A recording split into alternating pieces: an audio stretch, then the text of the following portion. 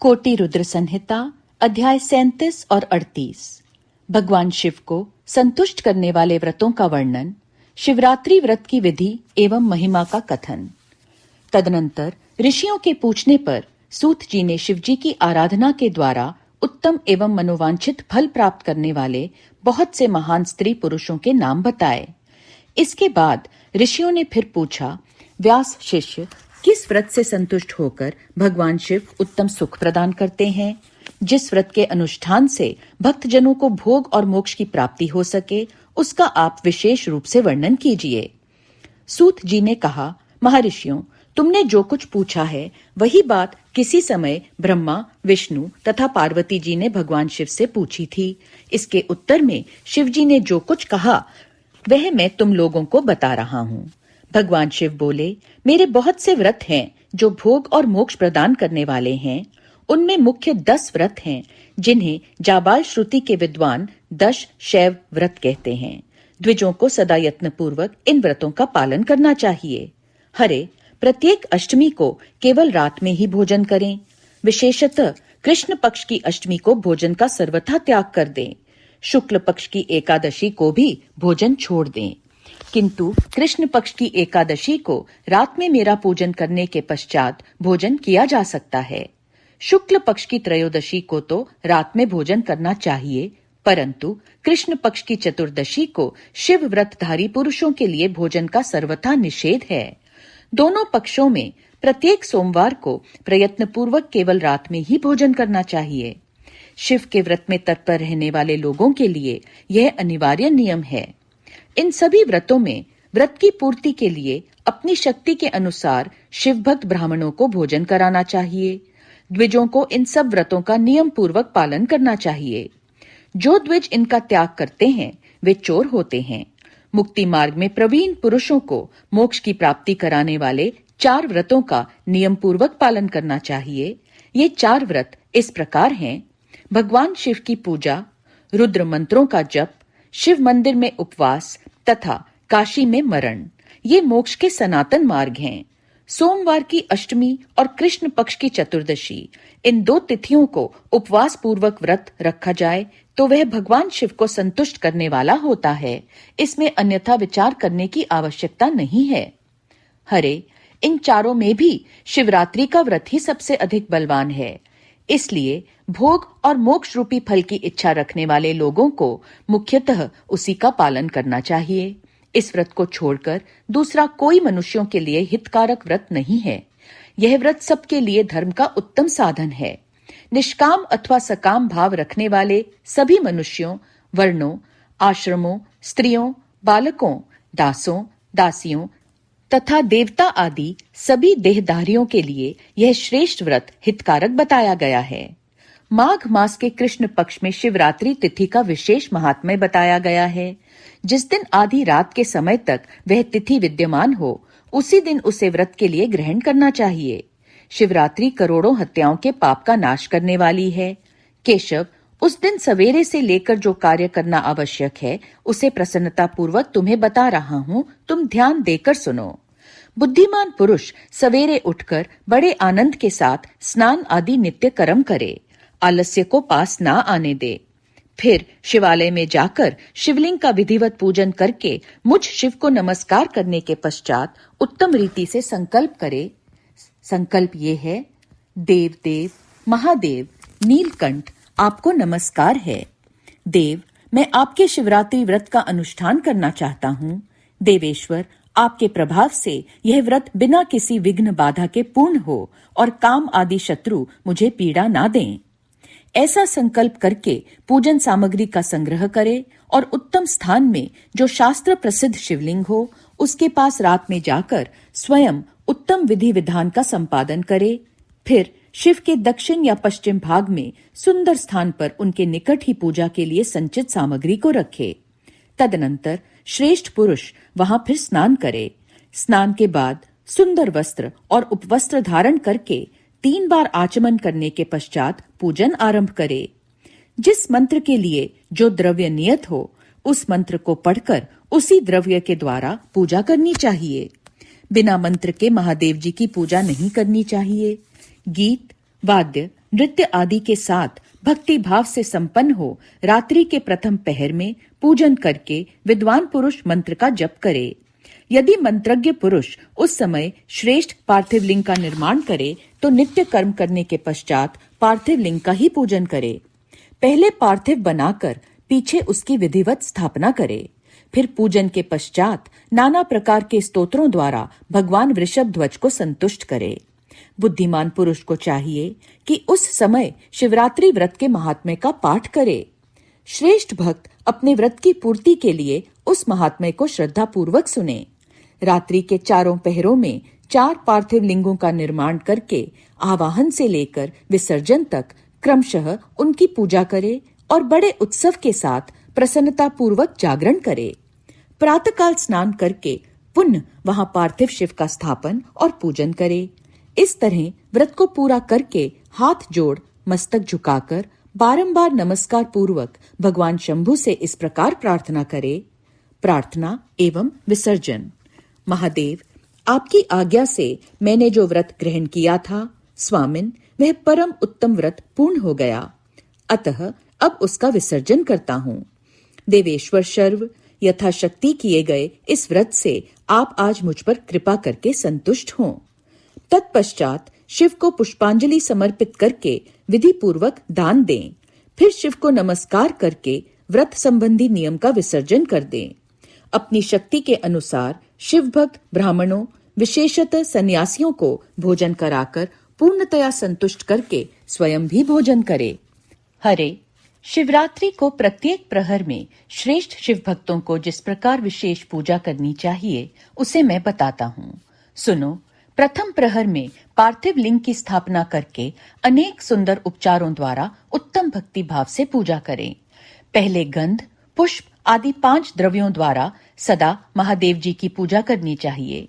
उस द्रव्य से संबंध रखने वाले मंत्र का उच्चारण करके पृथक पृथक वह द्रव्य समर्पित करें। इस प्रकार द्रव्य समर्पण के पश्चात भगवान शिव को जलधारा अर्पित करें। विद्वान पुरुष चढ़े हुए द्रव्यों को जलधारा से ही उतारे। जलधारा के साथ साथ 108 मंत्र का जप करके वहां निर्गुण सगुण रूप शिव का पूजन करें। गुरु से प्राप्त हुए मंत्र द्वारा भगवान शिव की पूजा करें। अन्यथा नाम मंत्र द्वारा सदा शिव का पूजन करना चाहिए। विचित्र चंदन, अखंड चावल और काले तिलों से परमात्मा शिव की पूजा करनी चाहिए। कमल और कनेर के फूल चढ़ाने चाहिए।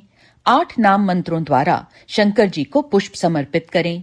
वे 8 नाम इस प्रकार हैं: भव, शर्व, रुद्र, पशुपति, उग्र, महान, भीम और ईशान।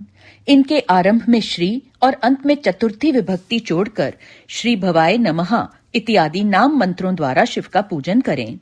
पुष्प समर्पण के पश्चात धूप, दीप और नैवेद्य निवेदन करें। पहले प्रहर में विद्वान पुरुष नैवेद्य के लिए पकवान बनवा ले। फिर श्रीफल युक्त विशेष आर्घ्य देकर तांबूल समर्पित करे। तदनंतर नमस्कार और ध्यान करके गुरु के दिए हुए मंत्र का जप करे। गुरुदत्त मंत्र ना हो तो पंचाक्षर नमः शिवाय मंत्र के जप से भगवान शंकर को संतुष्ट करें। धेनु मुद्रा दिखाकर उत्तम जल से तर्पण करें। पश्चात अपनी शक्ति के अनुसार 5 ब्राह्मणों को भोजन कराने का संकल्प करें। फिर जब तक पहला प्रहर पूरा ना हो जाए तब तक महान उत्सव करता रहे। दूसरा प्रहर आरंभ होने पर पुण्य पूजन के लिए संकल्प करें, अथवा एक ही समय चारों प्रहरों के लिए संकल्प करके पहले प्रहर की भांति पूजा करते रहें। पहले पूर्वोक्त द्रव्यों से पूजन करके फिर जलधारा समर्पित करें। प्रथम प्रहर की अपेक्षा दुगने मंत्रों का जप करके शिवजी की पूजा करें। पूर्वोक्त तिल, जौ तथा कमल पुष्पों से शिव की अर्चना करें। विशेषतः बिल्व पत्रों से परमेश्वर शिव का पूजन करना चाहिए। दूसरे प्रहर में बिजौरा नींबू के साथ अर्घ्य देकर खीर का नैवेद्य निवेदन करें। जनार्दन, इसमें पहले की अपेक्षा मंत्रों की दुगनी आवृत्ति करनी चाहिए। फिर ब्राह्मणों को भोजन कराने का संकल्प करें। शेष सब बातें पहले की ही भांति तब तक करता रहे जब तक दूसरा प्रहर पूरा न हो जाए। तीसरे प्रहर के आने पर पूजन तो पहले के समान ही करें, किंतु जौ के स्थान में गेहूं का उपयोग करें और आख के फूल चढ़ाएं। उसके बाद नाना प्रकार के धूप एवं दीप देकर पुए का नैवेद्य भोग लगाएं। उसके साथ भांति भांति के शाक भी अर्पित करें। इस प्रकार पूजन करके कपूर से आरती उतारें, अनार के फल के साथ अर्घ्य दें और दूसरे प्रहर की अपेक्षा दुगना मंत्र जप करें। तदनंतर दक्षिणा सहित ब्राह्मण भोजन का संकल्प करें और तीसरे प्रहर के पूरे होने तक पूर्ववत उत्सव करता रहे। चौथा प्रहर आने पर तीसरे प्रहर की पूजा का विसर्जन कर दें। पुण्य आवाहन आदि करके विधिवत पूजा करें।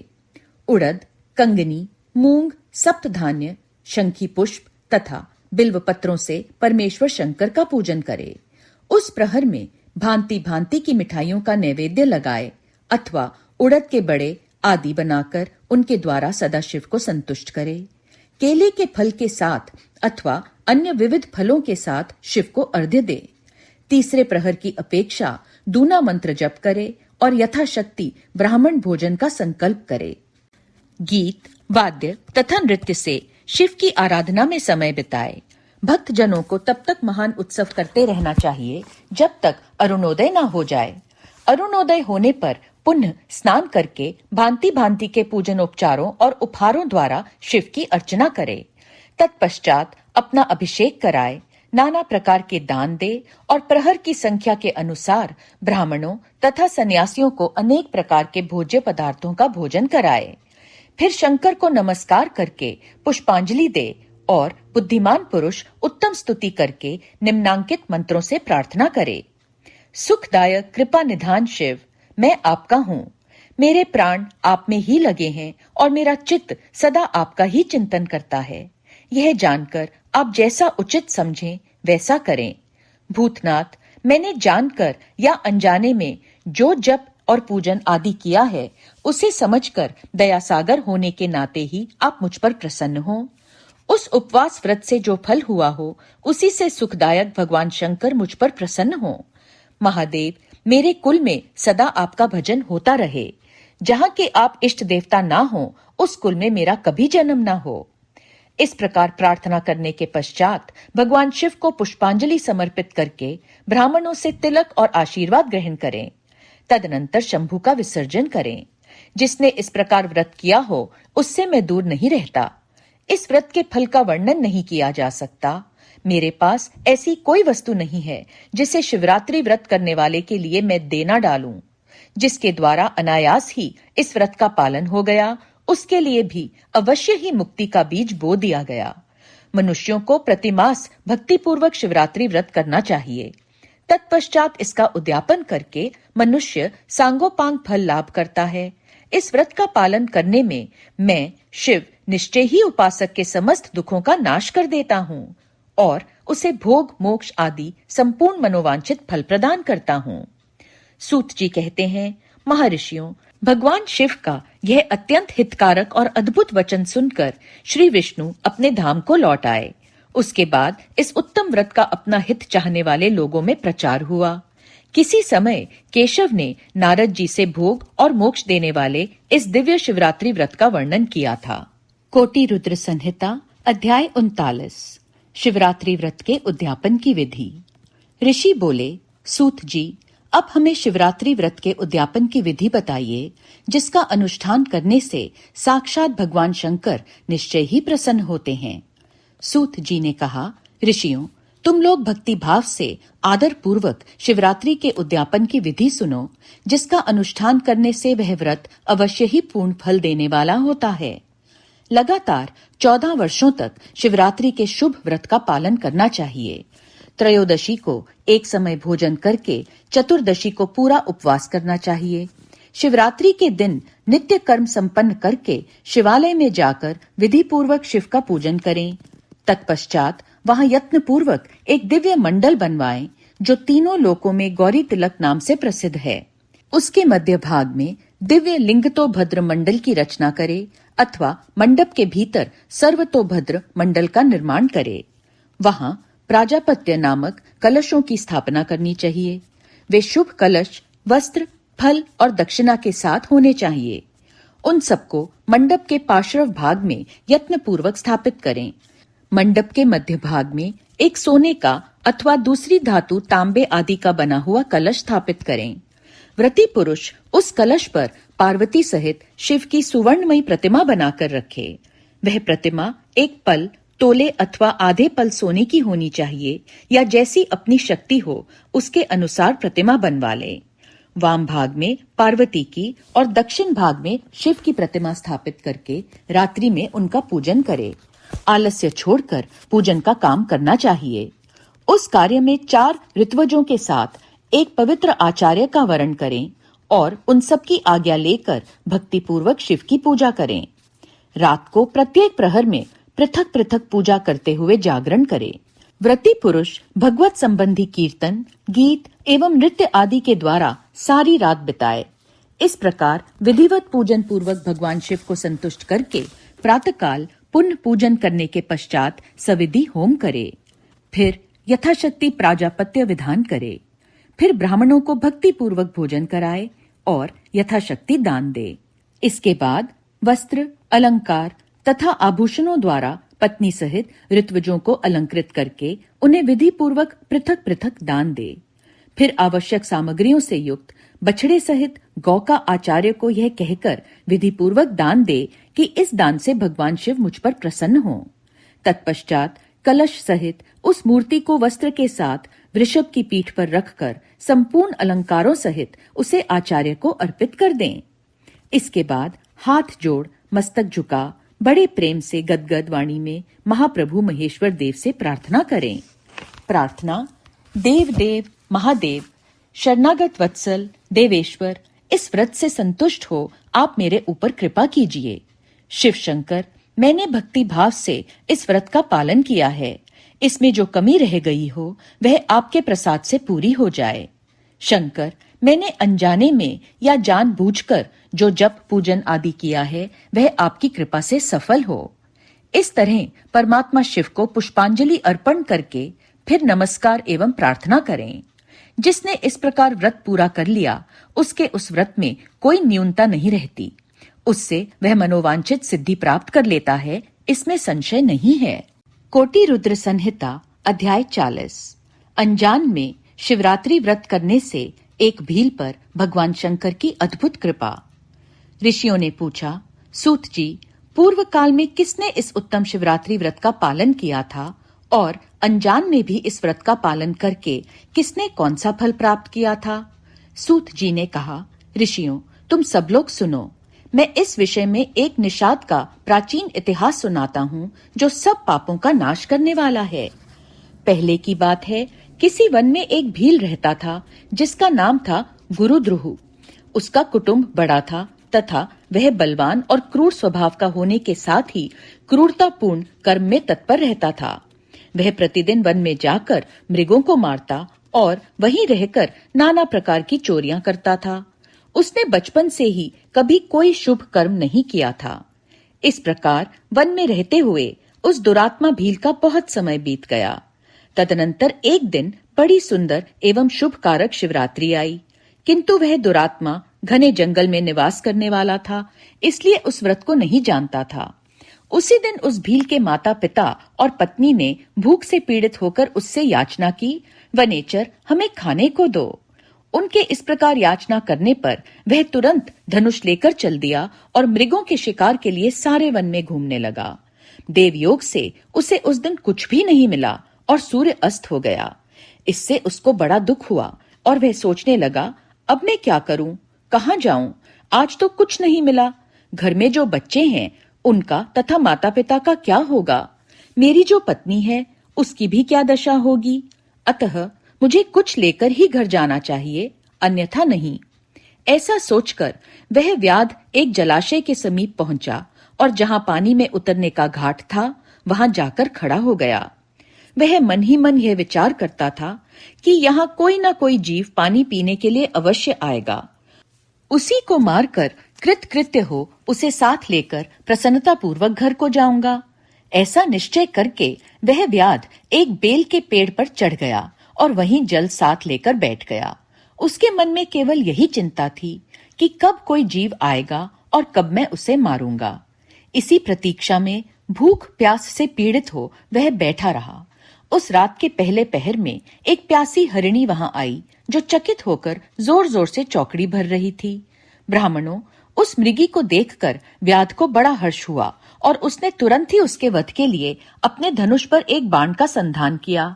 ऐसा करते हुए उसके हाथ के धक्के से थोड़ा सा जल और बिल्व पत्र नीचे गिर पड़े। उस पेड़ के नीचे शिवलिंग था। उक्त जल और बिल्व पत्र से शिव की प्रथम पहर की पूजा संपन्न हो गई। उस पूजा के महात्म्य से उस व्याध का बहुत सा पातक तत्काल नष्ट हो गया।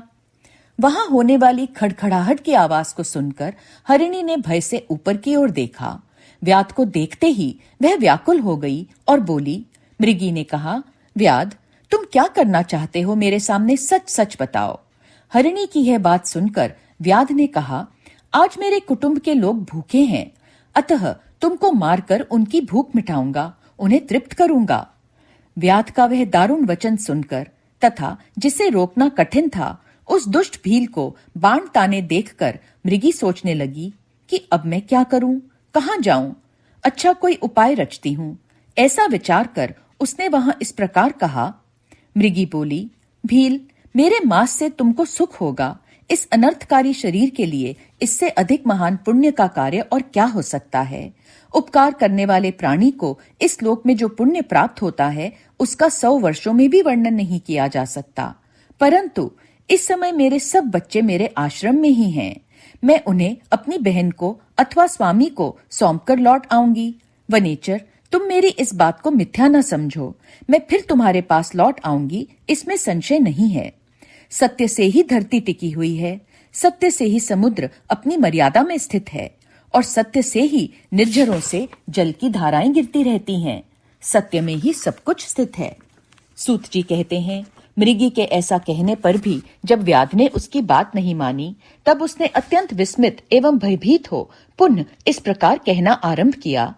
मृगी बोली, व्याध, सुनो, मैं तुम्हारे सामने ऐसी शपथ खाती हूँ जिससे घर जाने पर मैं अवश्य तुम्हारे पास लौट आऊंगी।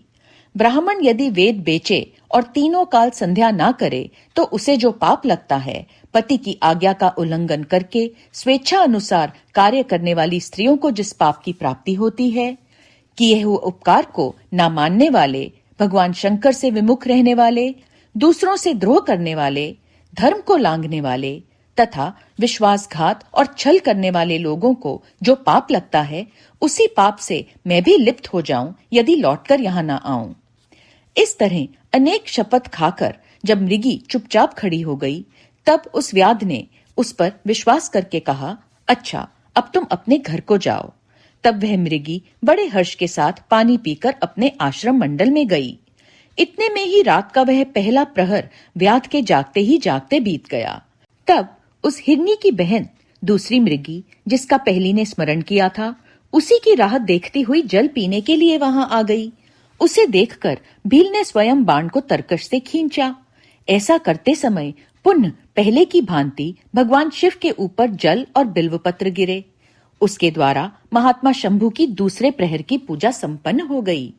यद्यपि वह प्रसंगवश ही हुई थी, तो भी व्याध के लिए सुखदायिनी हो गई।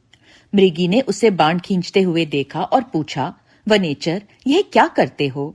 व्याध ने पूर्ववत उत्तर दिया, मैं अपने भूखे कुटुंब को तृप्त करने के लिए तुझे मारूंगा। यह सुनकर वह मृगी बोली। मृगी ने कहा, व्याध, मेरी बात सुनो। मैं धन्य हूं, मेरा देह धारण सफल हो गया, क्योंकि इस अनित्य शरीर के द्वारा उपकार होगा। परंतु मेरे छोटे छोटे बच्चे घर में हैं, अतः मैं एक बार जाकर उन्हें अपने स्वामी को सौंप दूं, फिर तुम्हारे पास लौट आऊंगी। व्याध बोला, तुम्हारी बात पर मुझे विश्वास नहीं है, मैं तुझे मारूंगा, इसमें संशय नहीं है। यह सुनकर वह हरिणी भगवान विष्णु की शपथ खाती हुई बोली, व्याध, जो कुछ मैं कहती हूँ उसे सुनो। यदि मैं लौटकर ना आऊं तो अपना सारा पुण्य हार जाऊं, क्योंकि जो वचन देकर उससे पलट जाता है, वह अपने पुण्य को हार जाता है। जो पुरुष अपने विवाहिता स्त्री को त्याग कर दूसरी के पास जाता है, वैदिक धर्म का उल्लंघन करके कपोल कल्पित धर्म पर चलता है, भगवान विष्णु का भक्त होकर शिव की निंदा करता है, माता पिता की निधन तिथि को श्राद्ध आदि ना करके उसे सूना बिता देता है, तथा मन में संताप का अनुभव करके अपने दिए हुए वचन को पूरा करता है, ऐसे लोगों को जो पाप लगता है, वही मुझे भी लगे यदि मैं लौटकर ना आऊं। सूत जी कहते हैं, उसके ऐसा कहने पर व्याध ने उस मृगी से कहा, जाओ, मृगी जल पीकर हर्षपूर्वक अपने आश्रम को गई। इतने में ही रात का दूसरा प्रहर भी व्याध के जागते जागते बीत गया। इसी समय तीसरा प्रहर आरंभ हो जाने पर मृगी के लौटने में बहुत विलंब हुआ जान चकित हो व्याध उसकी खोज करने लगा। इतने में ही उसने जल के मार्ग में एक हिरण को देखा। वह बड़ा रिष्ट-पुष्ट था। उसे देखकर वनेचर को बड़ा हर्ष हुआ और वह धनुष पर बाण रखकर उसे मार डालने को उद्यत हुआ। ऐसा करते समय उसके प्रारब्धवश कुछ जल और बिल्व पत्र शिवलिंग पर गिरे। उससे उसके सौभाग्य से भगवान शिव की तीसरे प्रहर की पूजा संपन्न हो गई। इस तरह भगवान ने उस पर अपनी दया दिखाई। पत्तों के गिरने आदि का शब्द सुनकर उस मृग ने व्याध की ओर देखा और पूछा, क्या करते हो?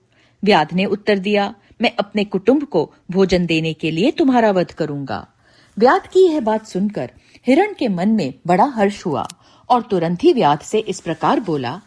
हिरण ने कहा, मैं धन्य हूँ, मेरा रिष्ट पुष्ट होना सफल हो गया, क्योंकि मेरे शरीर से आप लोगों की तृप्ति होगी। जिसका शरीर परोपकार के काम में नहीं आता, उसका सब कुछ व्यर्थ चला गया। जो सामर्थ्य रहते हुए भी किसी का उपकार नहीं करता है, उसकी वह सामर्थ्य व्यर्थ चली जाती है तथा वह परलोक में नरकगामी होता है। परंतु एक बार मुझे जाने दो, मैं अपने बालकों को उनकी माता के हाथ में सौंपकर और उन सबको धीरज बंधाकर यहाँ लौट आऊंगा। उसके ऐसा कहने पर व्याध मन ही मन बड़ा विस्मित हुआ। उसका हृदय कुछ शुद्ध हो गया था और उसके सारे पाप पुंज नष्ट हो चुके थे। उसने इस प्रकार कहा। व्याध बोला, जो जो यहाँ आए वे सब तुम्हारी ही तरह बातें बनाकर चले गए, परंतु वे वंचक अभी तक यहाँ आए नहीं। मृग, तुम भी इस समय संकट में हो, इसलिए झूठ बोलकर चले जाओगे, फिर आज मेरा जीवन निर्वाह कैसे होगा? मृग बोला, व्याध, मैं जो कुछ कहता हूँ उसे सुनो, मुझ में असत्य नहीं है। सारा चराचर ब्रह्मांड सत्य से ही टिका हुआ है। जिसकी वाणी झूठी होती है, उसका पुण्य उसी क्षण नष्ट हो जाता है। तथापि भील, तुम मेरी सच्ची प्रतिज्ञा सुनो। संध्या काल में मैथुन तथा शिवरात्रि के दिन भोजन करने से जो पाप लगता है, झूठी गवाही देने, धरोहर को हड़प लेने तथा संध्या ना करने से द्विज को जो पाप होता है, वही पाप मुझे भी लगे यदि मैं लौटकर ना आऊं। जिसके मुख से कभी शिव का नाम नहीं निकलता, जो सामर्थ्य रहते हुए भी दूसरों का उपकार नहीं करता, पर्व के दिन श्रीफल तोड़ता, अभक्ष्य भक्षण करता तथा शिव की पूजा किए बिना और भस्म लगाए बिना भोजन कर लेता है, इन सब का पातक मुझे लगे यदि मैं लौटकर ना आऊं। सूत जी कहते हैं, उसकी बात सुनकर व्याध ने कहा, जाओ शीघ्र लौटना। व्याध के ऐसा कहने पर मृग पानी पीकर चला गया। वे सब अपने आश्रम पर मिले। तीनों ही प्रतिज्ञाबद्ध हो चुके थे। आपस में एक दूसरे के वृतांत को भली भांति सुनकर सत्य के पाश से बंधे हुए उन सब ने यही निश्चय किया कि वहां अवश्य जाना चाहिए। इस निश्चय के बाद वहां बालकों को आश्वासन देकर वे सब के सब जाने के लिए उत्सुक हो गए। उस समय जेठी मृगी ने वहां अपने स्वामी से कहा, स्वामिन, आपके बिना यहाँ बालक कैसे रहेंगे? प्रभु, मैंने ही वहां पहले जाकर प्रतिज्ञा की है, इसलिए केवल मुझको जाना चाहिए। आप दोनों यहीं रहें। उसकी यह बात सुनकर छोटी मृगी बोली, बहन, मैं तुम्हारी सेविका हूँ, इसलिए आज मैं ही व्याध के पास जाती हूँ, तुम यहीं रहो। यह सुनकर मृग बोला, मैं ही वहां जाता हूँ, तुम दोनों यहाँ रहो, क्योंकि शिशुओं की रक्षा माता से ही होती है। स्वामी की यह बात सुनकर उन दोनों मृगियों ने धन की दृष्टि से उसे स्वीकार नहीं किया। वे दोनों अपने पति से प्रेम पूर्वक बोली, प्रभु, पति के बिना इस जीवन को धिक्कार है। तब उन सब ने अपने बच्चों को सांत्वना देकर उन्हें पड़ोसियों के हाथ में सौंप दिया और स्वयं शीघ्र ही उस स्थान को प्रस्थान किया जहां वह व्याध शिरोमणि उनकी प्रतीक्षा में बैठा था। उन्हें जाते देख उनके वे सब बच्चे भी पीछे पीछे चले आए। उन्होंने यह निश्चय कर लिया था कि इन माता पिता की जो गति होगी वही हमारी भी हो। उन सबको एक साथ आया देख व्याध को बड़ा हर्ष हुआ। उसने धनुष पर बाण रखा। उस समय पुण्य जल और बिल्वपत्र शिव के ऊपर गिरे। उससे शिव की चौथे प्रहर की शुभ पूजा भी संपन्न हो गई। उस समय व्याध का सारा पाप तत्काल भस्म हो गया। इतने में ही दोनों मृगियां और मृग बोल उठे, व्याध शिरोमणि, शीघ्र कृपा करके हमारे शरीर को सार्थक करो। उनकी यह बात सुनकर व्याध को बड़ा विस्मय हुआ। शिव पूजा के प्रभाव से उसको दुर्लभ ज्ञान प्राप्त हो गया। उसने सोचा, ये मृग ज्ञानहीन पशु होने पर भी धन्य है, सर्वथा आदरणीय है, क्योंकि अपने शरीर से ही परोपकार में लगे हुए हैं। मैंने इस समय मनुष्य जन्म पाकर भी किस पुरुषार्थ का साधन किया? दूसरे के शरीर को पीड़ा देकर अपने शरीर को पोसा है। प्रतिदिन अनेक प्रकार के पाप करके अपने कुटुंब का पालन किया है। हाय, ऐसे पाप करके मेरी क्या गति होगी, अथवा मैं किस गति को प्राप्त होऊंगा? मैंने जन्म से लेकर अब तक जो पातक किया है, उसका इस समय मुझे स्मरण हो रहा है। मेरे जीवन को धिक्कार है, धिक्कार है। इस प्रकार ज्ञान संपन्न होकर व्याध ने अपने बाण को रोक लिया और कहा, श्रेष्ठ मृगों, तुम जाओ, तुम्हारा जीवन धन्य है। व्याध के ऐसा कहने पर भगवान शंकर तत्काल प्रसन्न हो गए और उन्होंने व्याध को अपने सम्मानित एवं पूजित स्वरूप का दर्शन कराया तथा कृपा पूर्वक उसके शरीर का स्पर्श करके उससे प्रेम से कहा, भील, मैं तुम्हारे व्रत से प्रसन्न हूँ, वर मांगो। व्याध भी भगवान शिव के उस रूप को देखकर तत्काल जीवन मुक्त हो गया और मैंने सब कुछ पा लिया, यूं कहता हुआ उनके चरणों के आगे गिर पड़ा। उसके इस भाव को देखकर भगवान शिव भी मन ही मन बड़े प्रसन्न हुए और उसे गुह नाम देकर कृपा दृष्टि से देखते हुए उन्होंने उसे दिव्य वर दिए। शिव बोले, व्याध, सुनो, आज से तुम श्रृंगवेरपुर में उत्तम राजधानी का आश्रय ले दिव्य भोगों का उपभोग करो। तुम्हारे वंश की वृद्धि निर्विघ्न रूप से होती रहेगी। देवता भी तुम्हारी प्रशंसा करेंगे। व्याध, मेरे भक्तों पर स्नेह रखने वाले भगवान श्री राम एक दिन निश्चय ही तुम्हारे घर पधारेंगे और तुम्हारे साथ मित्रता करेंगे। तुम मेरी सेवा में मन लगाकर दुर्लभ मोक्ष पा जाओगे। इसी समय वे सब मृग भगवान शंकर का दर्शन और प्रणाम करके मृग योनि से मुक्त हो गए तथा दिव्य देहधारी हो विमान पर बैठकर शिव के दर्शन मात्र से शाप मुक्त हो दिव्य धाम को चले गए। तब से अर्बुद पर्वत पर भगवान शिव व्याधेश्वर के नाम से प्रसिद्ध हुए, जो दर्शन और पूजन करने पर तत्काल भोग और मोक्ष प्रदान करने वाले हैं। महर्षियों, वह व्याध भी उस दिन से दिव्य भोगों का उपभोग करता हुआ अपनी राजधानी में रहने लगा। उसने भगवान श्री राम की कृपा पाकर शिव का सायुज्य प्राप्त कर लिया। अनजाने में ही इस व्रत का अनुष्ठान करने से उसको सायुज्य मोक्ष मिल गया। फिर जो भक्ति भाव से संपन्न होकर इस व्रत को करते हैं, वे शिव का शुभ सायुज्य प्राप्त कर लें, इसके लिए तो कहना ही क्या है। संपूर्ण शास्त्रों तथा अनेक प्रकार के धर्मों के विषय में भली भांति विचार करके इस शिवरात्रि व्रत को सबसे उत्तम बताया गया है। इस लोक में जो नाना प्रकार के व्रत, विविध तीर्थ, भांति भांति के विचित्र दान, अनेक प्रकार के यज्ञ, तरह तरह के तप और बहुत से जप हैं, वे सब इस शिवरात्रि व्रत की समानता नहीं कर सकते। इसलिए अपना हित चाहने वाले मनुष्यों को इस शुभ तर व्रत का अवश्य पालन करना चाहिए। यह शिवरात्रि व्रत दिव्य है। इससे सदा भोग और मोक्ष की प्राप्ति होती है। महर्षियों, यह शुभ शिवरात्रि व्रत व्रतराज के नाम से विख्यात है। इसके विषय में सब बातें मैंने तुम्हें बता दी। अब और क्या सुनना चाहते हो? कोटि रुद्र संहिता अध्याय 41। मुक्ति और भक्ति के स्वरूप का विवेचन।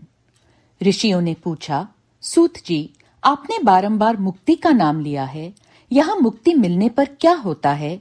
मुक्ति में जीव की कैसी अवस्था होती है, यह हमें बताइए।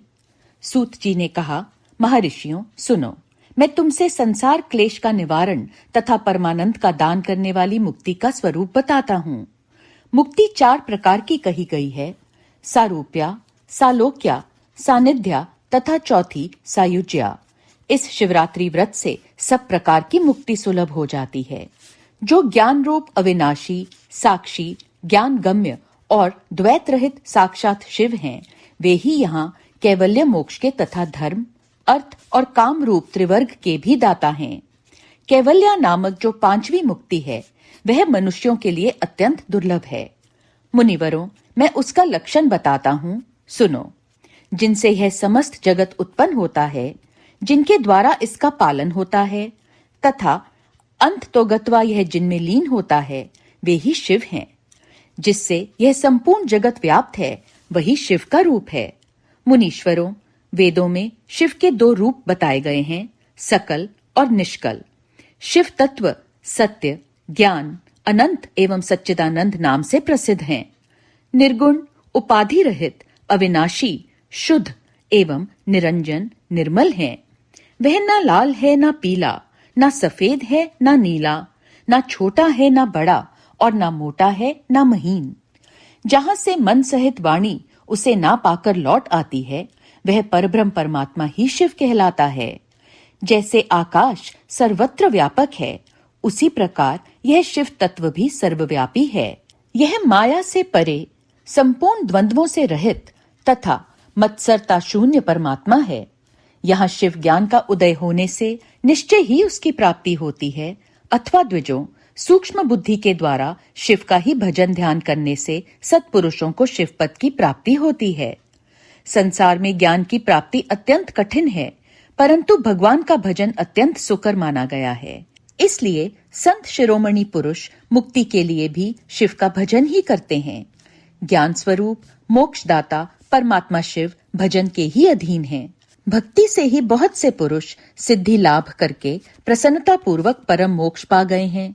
भगवान शंभु की भक्ति ज्ञान की जननी मानी गई है, जो सदा भोग और मोक्ष प्रदान करने वाली है।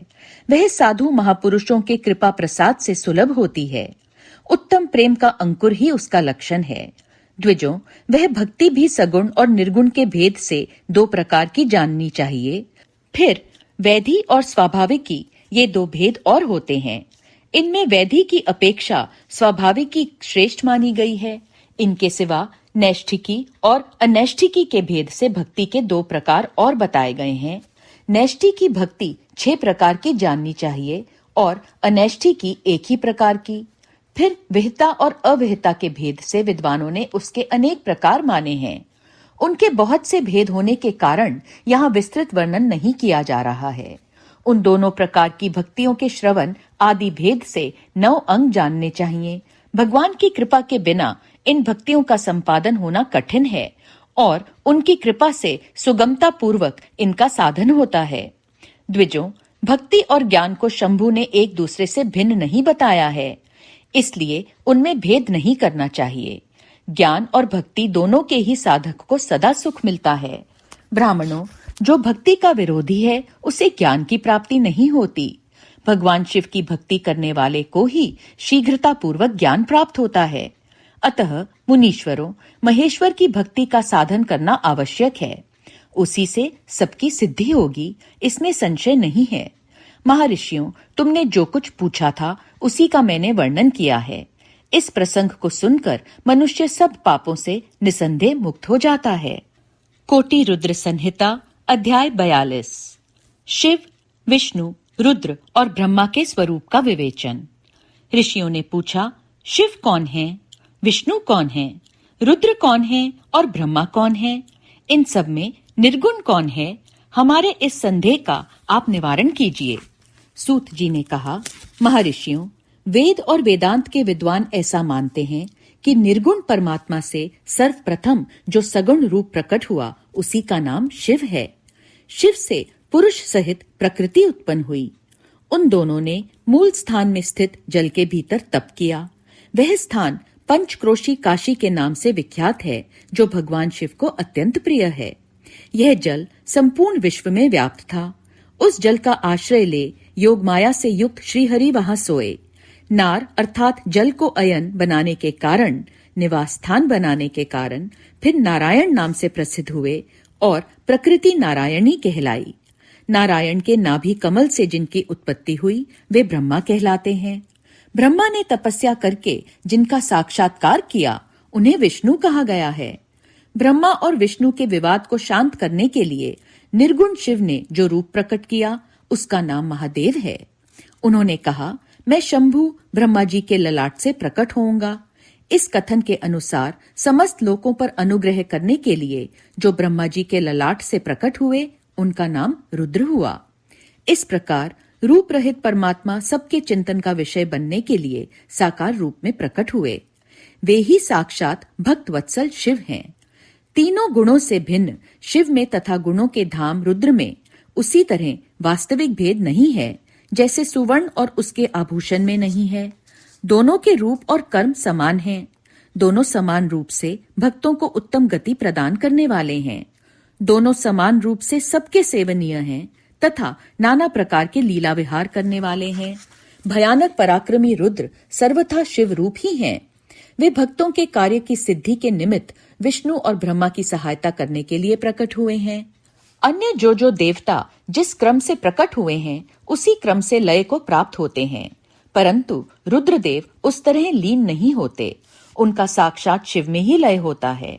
ये प्राकृत प्राणी रुद्र में मिलकर ही लय को प्राप्त होते हैं, परंतु रुद्र इनमें मिलकर लय को नहीं प्राप्त होते। यह भगवती श्रुति का उपदेश है। सब लोग रुद्र का भजन करते हैं, किंतु रुद्र किसी का भजन नहीं करते। वे भक्त वत्सल होने के कारण कभी कभी अपने आप भक्तजनों का चिंतन कर लेते हैं। जो दूसरे देवता का भजन करते हैं वे उसी में लीन होते हैं, इसलिए वे दीर्घ काल के बाद रुद्र में लीन होने का अवसर पाते हैं। जो कोई रुद्र के भक्त हैं वे तत्काल शिव हो जाते हैं, अतः उनके लिए दूसरे की अपेक्षा नहीं रहती। यह सनातन श्रुति का संदेश है। द्विजों, अज्ञान अनेक प्रकार का होता है, परंतु विज्ञान का एक ही स्वरूप है। वह अनेक प्रकार का नहीं होता। उसको समझने का प्रकार मैं बताऊंगा, तुम लोग आदर पूर्वक सुनो। ब्रह्मा से लेकर तृण पर्यंत जो कुछ भी यहाँ देखा जाता है वह सब शिव रूप ही है। उसमें नानात्व की कल्पना मिथ्या है। सृष्टि के पूर्व भी शिव की सत्ता बताई गई है। सृष्टि के मध्य में भी शिव विराज रहे हैं। सृष्टि के अंत में भी शिव रहते हैं, और जब सब कुछ शून्यता में परिणत हो जाता है उस समय भी शिव की सत्ता रहती ही है। अतः मुनीश्वरों, शिव को ही चतुर्गुण कहा गया है। वे ही शिव शक्तिमान होने के कारण सगुण जानने योग्य हैं। इस प्रकार वे सगुण निर्गुण के भेद से दो प्रकार के हैं। जिन शिव ने ही भगवान विष्णु को संपूर्ण सनातन वेद, अनेक वर्ण, अनेक मात्रा तथा अपना ध्यान एवं पूजन दिए हैं, वे ही संपूर्ण विद्याओं के ईश्वर हैं, ऐसी सनातन श्रुति है। अतएव शंभु को वेदों का प्राकट्यकर्ता तथा वेदपति कहा गया है। वे ही सब पर अनुग्रह करने वाले साक्षात शंकर हैं। कर्ता, भर्ता, हर्ता, साक्षी तथा निर्गुण भी वे ही हैं। दूसरों के लिए काल का मान है, परंतु काल स्वरूप रुद्र के लिए काल की कोई गणना नहीं है, क्योंकि वे साक्षात स्वयं महाकाल हैं और महाकाली उनके आश्रित हैं। ब्राह्मण रुद्र और काली को एक से ही बताते हैं। उन दोनों ने सत्य लीला करने वाली अपनी इच्छा से ही सब कुछ प्राप्त किया है। शिव का कोई उत्पादक नहीं है, उनका कोई पालक और संहारक भी नहीं है। वे स्वयं सबके हेतु हैं। एक होकर भी अनेकता को प्राप्त हो सकते हैं और अनेक होकर भी एकता को। एक ही बीज बाहर होकर वृक्ष और फल आदि के रूप में परिणत होता हुआ पुनः बीज भाव को प्राप्त हो जाता है। इसी प्रकार शिव रूपी महेश्वर स्वयं एक से अनेक होने में हेतु हैं। यह उत्तम शिव ज्ञान तत्वत बताया गया है। ज्ञानवान पुरुष ही इसको जानता है, दूसरा नहीं। मुनि बोले, सूत जी, आप लक्षण सहित ज्ञान का वर्णन कीजिए, जिसको जानकर मनुष्य शिव भाव को प्राप्त हो जाता है। सारा जगत शिव कैसे है, अथवा शिव ही संपूर्ण जगत कैसे है? ऋषियों का यह प्रश्न सुनकर पौराणिक शिरोमणि सूत जी ने भगवान शिव के चरणारविंदों का चिंतन करके उनसे कहा, कोटि रुद्र संहिता अध्याय 43 शिव संबंधी तत्व ज्ञान का वर्णन तथा उसकी महिमा, कोटि रुद्र संहिता का महात्म्य एवं उपसंहार। सूत जी ने कहा, ऋषियों, मैंने शिव ज्ञान जैसा सुना है उसे बता रहा हूँ। तुम सब लोग सुनो। वह अत्यंत गुहा और परम मोक्ष स्वरूप है। ब्रह्मा, नारद, सनकादि, मुनि व्यास तथा कपिल, इनके समाज में इन्हीं लोगों ने निश्चय करके ज्ञान का जो स्वरूप बताया है उसी को यथार्थ ज्ञान समझना चाहिए। संपूर्ण जगत शिवमय है। यह ज्ञान सदा अनुशीलन करने योग्य है। सर्वज्ञ विद्वान को यह निश्चित रूप से जान लेना चाहिए कि शिव सर्वमय है। ब्रह्मा से लेकर तृण पर्यंत जो कुछ जगत दिखाई देता है वह सब शिव ही है। वे महादेव जी ही शिव कहलाते हैं। जब उनकी इच्छा होती है तब वे इस जगत की रचना करते हैं। वे ही सबको जानते हैं, उनको कोई नहीं जानता। वे इस जगत की रचना करके स्वयं इसके भीतर प्रविष्ट होकर भी इससे दूर हैं। वास्तव में उनका इसमें प्रवेश नहीं हुआ है, क्योंकि वे निर्लिप्त सच्चिदानंद स्वरूप हैं। जैसे सूर्य आदि ज्योतियों का जल में प्रतिबिंब पड़ता है, वास्तव में जल के भीतर उनका प्रवेश नहीं होता, उसी प्रकार साक्षात शिव के विषय में समझना चाहिए। वस्तुतः तो वे स्वयं ही सब कुछ हैं। मतभेद ही अज्ञान है, क्योंकि शिव से भिन्न किसी द्वैत वस्तु की सत्ता नहीं है। संपूर्ण दर्शनों में मतभेद ही दिखाया जाता है, परंतु वेदांती नित्य अद्वैत तत्व का वर्णन करते हैं। जीव परमात्मा शिव का ही अंश है, परंतु अविद्या से मोहित होकर अवश हो रहा है और अपने को शिव से भिन्न समझता है। अविद्या से मुक्त होने पर वह शिव ही हो जाता है। शिव सबको व्याप्त करके स्थित हैं और संपूर्ण जंतुओं में व्यापक हैं। वे जड़ और चेतन सबके ईश्वर होकर स्वयं ही सबका कल्याण करते हैं। जो विद्वान पुरुष वेदांत मार्ग का आश्रय ले उनके साक्षात्कार के लिए साधना करता है, उसे वह साक्षात्कार रूप फल अवश्य प्राप्त होता है। व्यापक अग्नि तत्व प्रत्येक काष्ठ में स्थित है, परंतु जो उस काष्ठ का मंथन करता है, वही असंदिग्ध रूप से अग्नि को प्रकट करके देखता है। उसी तरह जो बुद्धिमान यहाँ भक्ति आदि साधनों का अनुष्ठान करता है, उसे अवश्य शिव का दर्शन प्राप्त होता है, इसमें संशय नहीं है। सर्वत्र केवल शिव हैं, शिव हैं, शिव हैं, दूसरी कोई वस्तु नहीं है। वे शिव भ्रम से ही सदा नाना रूपों में भासित होते हैं। जैसे समुद्र, मिट्टी अथवा सुवर्ण ये उपाधि भेद से नानात्व को प्राप्त होते हैं, उसी प्रकार भगवान शंकर भी उपाधियों से ही अनेक रूपों में भासते हैं। कार्य और कारण में वास्तविक भेद नहीं होता, केवल भ्रम से भरी हुई बुद्धि के द्वारा ही उसमें भेद की प्रतीति होती है। भ्रम दूर होते ही भेद बुद्धि का नाश हो जाता है। जब बीज से अंकुर उत्पन्न होता है, तब वह नानात्व को प्रकट करता है, फिर अंत में वह बीज रूप में ही स्थित होता है और अंकुर नष्ट हो जाता है। ज्ञानी बीज रूप में ही स्थित है और नाना प्रकार के विकार अंकुर रूप हैं। उन विकार स्वरूप अंकुरों की निवृत्ति हो जाने पर पुरुष फिर ज्ञानी रूप में ही स्थित होता है। इसमें अन्यथा विचार नहीं करना चाहिए। सब कुछ शिव है और शिव ही सब कुछ है। शिव तथा संपूर्ण जगत में कोई भेद नहीं है। फिर क्यों कोई अनेकता देखता है और क्यों एकता ढूंढता है?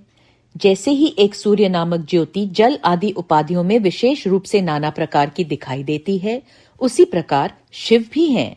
जैसे आकाश सर्वत्र व्यापक होकर भी स्पर्श आदि बंधन में नहीं आता, उसी प्रकार व्यापक शिव भी कहीं नहीं बंधते। अहंकार से युक्त होने के कारण शिव का अंश जीव कहलाता है। उस अहंकार से मुक्त होने पर वह साक्षात शिव ही है। कर्मों के भोग में लिप्त होने के कारण जीव तुच्छ है और निर्लिप्त होने के कारण शिव महान है। जैसे एक ही सुवर्ण आदि चांदी आदि से मिल जाने पर कम कीमत का हो जाता है, उसी प्रकार अहंकार युक्त जीव अपना महत्व खो बैठता है।